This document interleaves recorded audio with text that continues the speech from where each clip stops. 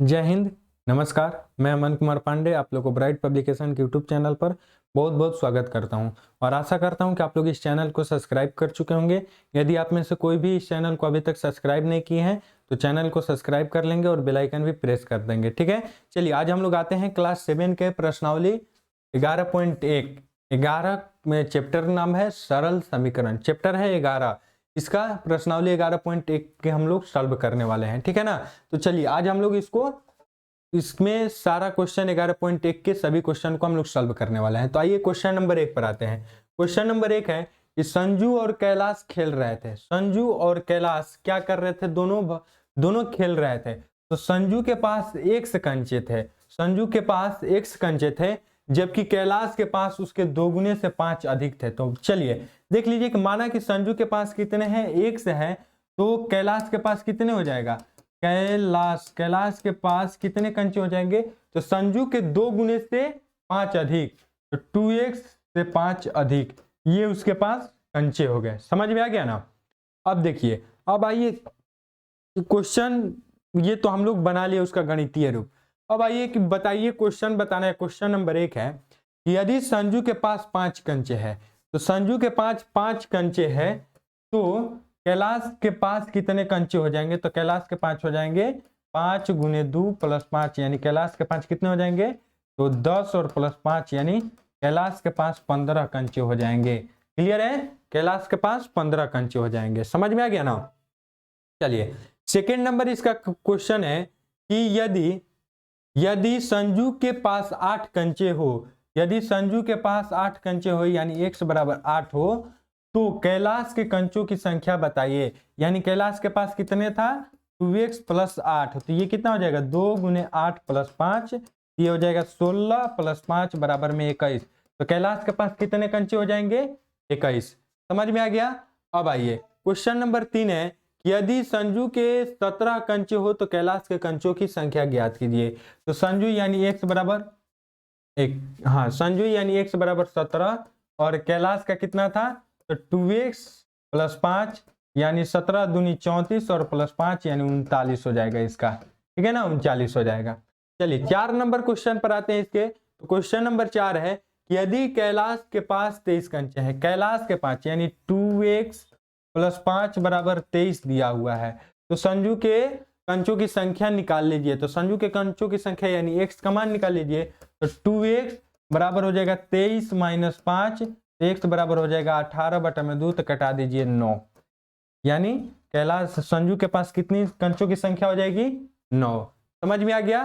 चलिए अब आते हैं 5 नंबर क्वेश्चन में कि कैलाश के पास 55 कंचे हो तो संजू के पास कंचे निकालिए। तो कैलाश के पास यानी 2x प्लस 5 बराबर 55 है, तो x का मान निकाल लीजिए, तो संजू का कंचा निकल जाएगा। तो 2x बराबर 55 माइनस 5, तो x बराबर हो जाएगा 50 बटा में 2, तो कट जाएगा 25। तो x बराबर कितना हो जाएगा? 25 कंचे। समझ में आ गया? तो संजू के पास कितने कंचे हो जाएंगे? x। ठीक है ना, 25। उसके बाद 6वां क्वेश्चन है कि इन सवालों को हल करने के बाद आप क्या निष्कर्ष निकालते हैं? इन सवालों को हल करने के बाद हम क्या निष्कर्ष निकालते हैं? तो इस प्रकार के संजू के पास 25 कंचे। इस समीकरण से यह निष्कर्ष निकाला जा सकता है कि रैखिक समीकरण द्वारा अज्ञात संख्या का पता लगाया जा सकता है। यही इसका निष्कर्ष है। ठीक है ना? चलिए आते हैं इसके सेकेंड नंबर क्वेश्चन पे। दूसरा क्वेश्चन है कि निम्न जो समीकरण है उस पर घेरा लगाइए। जो निम्न में जो समीकरण है उस पर हम लोग को क्या करना है कि घेरा लगाना है। ठीक है, तो चलिए इसमें समीकरण जो है उस पर हम लोग को घेरा लगाना है। तो ये एक समीकरण है, ठीक है ना, समीकरण, ये एक समीकरण है। चलिए देखिए, तो ये एक समीकरण है, समीकरण आप लोग अपने से घेरा लगा सकते हैं। ठीक है ना? चलिए अब आते हैं तीसरा नंबर क्वेश्चन पे। तीसरा नंबर क्वेश्चन है कि ठीक विकल्प पर सही निशान लगाइए। 3 नंबर क्वेश्चन है कि ठीक विकल्प पर सही निशान लगाइए। देखिए ये एक क्या है कि 2 खंडित किया गया, एक यहां से यहां तक की लंबाई है इसकी और एक यहां से यहां तक की लंबाई है। तो यहां से, चलिए हम कलर चेंज कर लेते हैं। ठीक है ना, चलिए हम कलर चेंज कर लेते हैं। चलिए अब देखिए कि यहां से यहां तक की लंबाई कितनी है, 100 मीटर है। ये टोटल कितनी है, 100 मीटर है। दिखाई दे रहा है ना, चलिए दिखाई दे रहा होगा। चलिए अब देखिए कि यहां से यहां तक के बीच की दूरी 100 मीटर है। अब यहां से और यहां के बीच की दूरी है कितना, 2 मीटर है। ठीक है, 2 मीटर है। समझ में आ रहा है कि नहीं। अब देखिए ये दोनों तो दो खंड की दूरी हम लोग को मतलब कि हम दो खंड में बांट दिए दूरी। अब ये टोटल दूरी यहां से यहां तक की टोटल दूरी कितनी है, तो 7.5 सेंटीमीटर है। तो जब ये हम लोग को पता चल गया तो एक का मान निकाल लेंगे ना कि ये दोनों को जोड़ने पर इतना बराबर होना चाहिए। कहने का मतलब है कि x + 2 बराबर हो जाएगा 7.5 के। x + 2 बराबर हो जाएगा 7.5 के। तो x का मान निकालेंगे तो x बराबर 7.5 - 2, तो x बराबर कितना हो जाएगा, 5.5। ये कितना हो जाएगा, ये 5.5। ये हम लोग दूरी निकाल लिए हैं। समझ में आ गया कि नहीं, समझ में आ गया। तो ये इस पर सही निशान लगाना है इस समीकरण में। तो देखिए x + 2, ये सही बात है। इसमें से समीकरण कौन निकलेगा, तो ये होगा x + 2। x + 2 बराबर क्या हो जाएगा, x + 2 बराबर 7.5 हो जाएगा। दिए गए रेखाखंड की लंबाई निम्न में से क्या होगी, यही हो जाएगी। उसके बाद x में से इतना घटा दीजिएगा, x - 7.5, x में से इतना नहीं घटाई दीजिएगा। चलिए ये हम लोग का आंसर हो जाएगा। चलिए आगे बढ़ते हैं सेकेंड नंबर क्वेश्चन पे। सेकेंड नंबर क्वेश्चन है, देख लीजिए ये 3 खंडित में किया गया है। एक यहां से यहां, एक यहां से यहां और एक यहां से यहां। देखिए इसका है 3 सेंटीमीटर दूरी, इसका है y और इसका है z।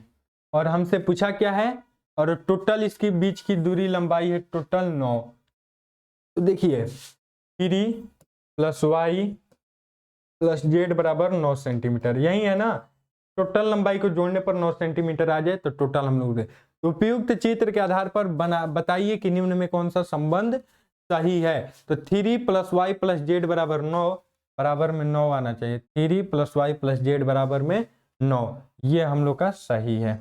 डी नंबर, समझ में आया कि नहीं, डी नंबर हम लोग का सही हो जाएगा। चलिए 4 नंबर क्वेश्चन पर आते हैं।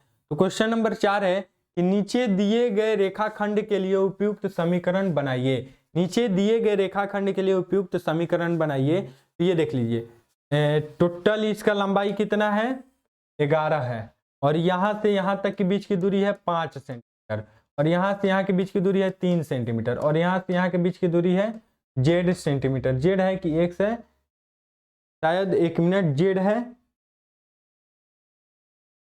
जेड है। तो चलिए इसका हम लोग समीकरण बनाएंगे। तो देखिए कैसे बनाएंगे, तो 5 + 3 + z बराबर 11 सेंटीमीटर। ये तो होगा कि सभी को जोड़ देंगे तो ये टोटल लंबाई के बराबर आ जाएगा।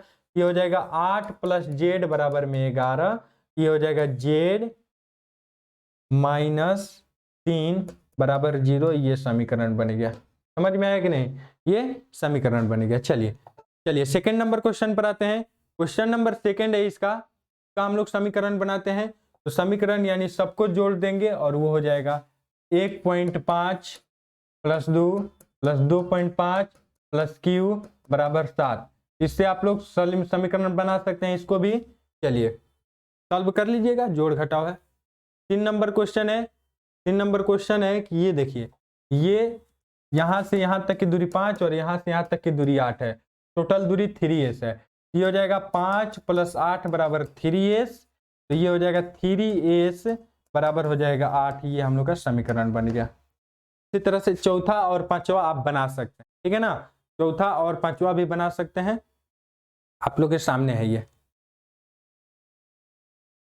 चलिए अब आते हैं 5 नंबर क्वेश्चन पे। क्वेश्चन नंबर 5 है कि निम्न कथनों को समीकरण के रूप में लिखिए। निम्न कथन को समीकरण के रूप में लिखना है। चलिए क्वेश्चन नंबर 1 है कि किसी संख्या में 6 जोड़ने पर 37 प्राप्त होता है।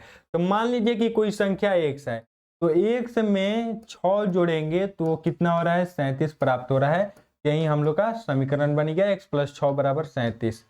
ठीक है, चलिए पहला तो बन गया। सेकेंड नंबर क्वेश्चन पर आते हैं। सेकेंड नंबर इसका बोल रहा है कि किसी संख्या में 9 जोड़ने पर 25 प्राप्त होता है। तो उसी तरह से मान लीजिए कि कोई संख्या x है, x में 9 जोड़ेंगे तो 25 प्राप्त हो रहा है। क्लियर है?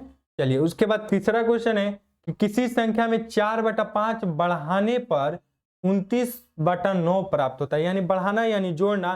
तो x मान लीजिए कि कोई संख्या x है तो x प्लस 4/5 तो बराबर होता है 29/9। यही हम लोग का समीकरण हो गया। ठीक है, चलिए 4 नंबर क्वेश्चन है किसी संख्या के दोगुने में से एक कम करने पर 13 प्राप्त होता है।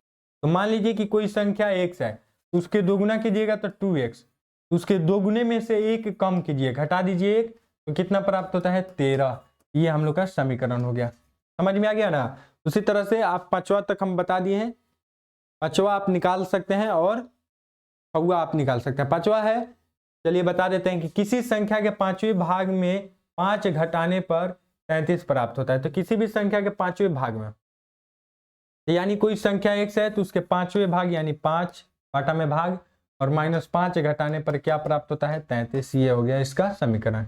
ठीक है, उसी तरह से 6वां भी आप बना सकते हैं। चलिए इसके आगे आते हैं नेक्स्ट 6 नंबर क्वेश्चन पे। 6 नंबर क्वेश्चन है कि नीचे दिए गए समीकरण के सामने दिए गए x के मान समीकरण संतुष्ट है अथवा नहीं। समीकरण x के मान से समीकरण संतुष्ट है अथवा नहीं, ये बताइए।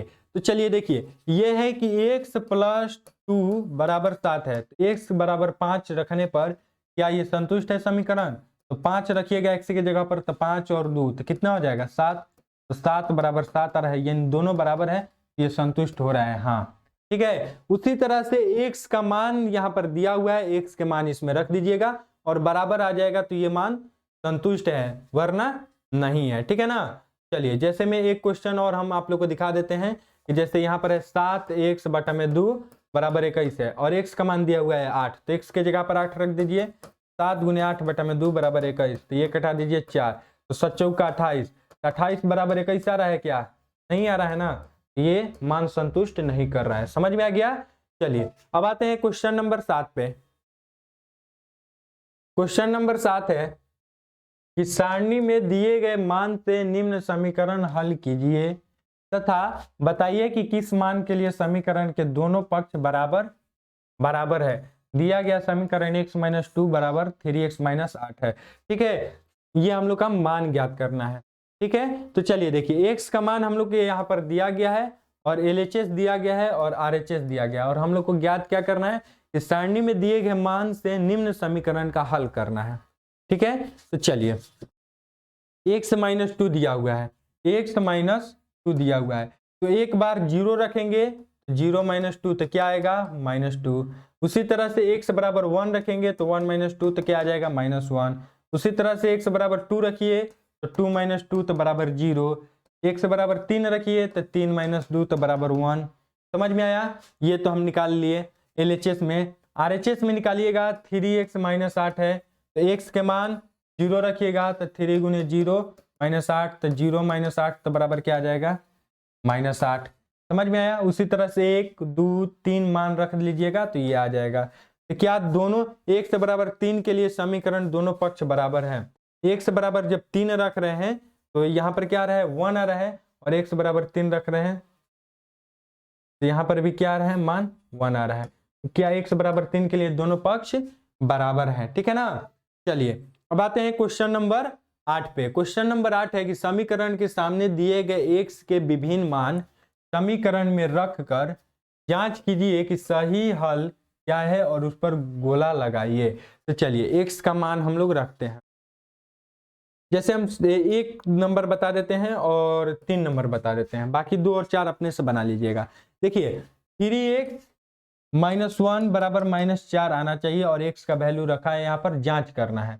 तो 3 अब x की जगह पर 1 रखेंगे तो 3 गुने 1 - 1 ये बराबर -4 है। ये हो जाएगा 3 - 1 बराबर -4, तो ये कितना आ रहा है 2 आ जाएगा। तो क्या ये -4 के बराबर आया? नहीं, ये 1 नहीं होगा, 0 भी नहीं होगा। यहाँ पर -1 यदि यहाँ पर रखेंगे तो ये आ जाएगा -4 के बराबर। उसी तरह से दूसरा में x के मान -3 रखेंगे, ये आ जाएगा, इसमें 1 और इसमें 1 और इसमें -4। ठीक है, चलिए आते हैं क्वेश्चन नंबर 9 पे।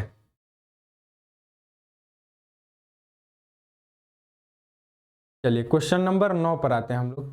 ये सॉल्व कर लीजिएगा अपने से, हम बता चुके हैं कि कैसे सॉल्व किया जाता है, ठीक है ना। चलिए यहाँ पर सॉल्व भी किया गया है। चलिए 9 नंबर क्वेश्चन है कि नीचे दिए गए परिस्थितियों के लिए उपयुक्त समीकरण बनाइए। समीकरण बनाना है तो चलिए क्वेश्चन नंबर 1 है कि निशु का कद 80 सेंटीमीटर है, उसकी माता जी उसकी कद के 2 गुने से 5 अधिक 2 गुने से 5 सेंटीमीटर कम है। तो देखिए निशु का कद 80 सेंटीमीटर है। चलिए मान लीजिए कि निशु का कद 80 सेंटीमीटर है, तो उसके माता जी का उसके कद के 2 गुने से 5 सेंटीमीटर कम है। 2 गुने से निशु के कितना आ गया, अब निशु के माता जी का कद क्या हो जाएगा, 80 गुने 2 माइनस 5, ये हो जाएगा उनका, ठीक है। तो अब देख लीजिए ये हो जाएगा 80 बराबर 80 गुने 2 माइनस 5, क्लियर है। चलिए सेकेंड नंबर क्वेश्चन है कि सरोज के घर से डाकघर की दूरी 250 मीटर है और वह अपने साइकिल पर घर से डाकघर की दूरी 250 मीटर तय करता है, ठीक है ना। तो वह प्रारंभ के 2 मिनट तथा वह अपनी साइकिल के 40 मीटर प्रति मिनट एवं अगले 3 मिनट तक 1 मीटर प्रति मिनट की गति से चलता है। इसके बाद वह 50 मीटर की दूरी बचाता है, ठीक है ना, बचाती है।